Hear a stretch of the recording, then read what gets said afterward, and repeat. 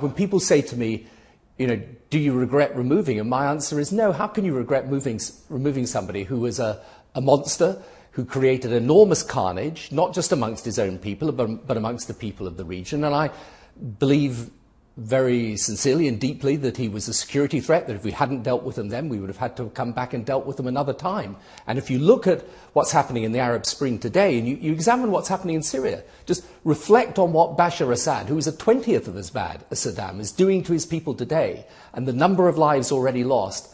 Just ask yourself the question, what would be happening now in Iraq if he had been left in power? But doesn't the Arab Spring tell us another truth, that if we had done nothing, Saddam Hussein, in all probability, would have been toppled by his own population, like so many other Arab tyrants, without our intervention? Without any doubt at all, there would have been a move to topple him.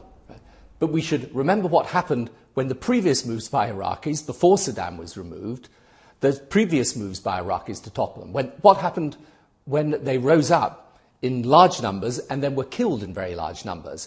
So yes, I certainly think that if Saddam had still been in power, it's true there would have been probably an uprising amongst his people, but I think it would look a lot more like Syria and probably a lot worse than Syria.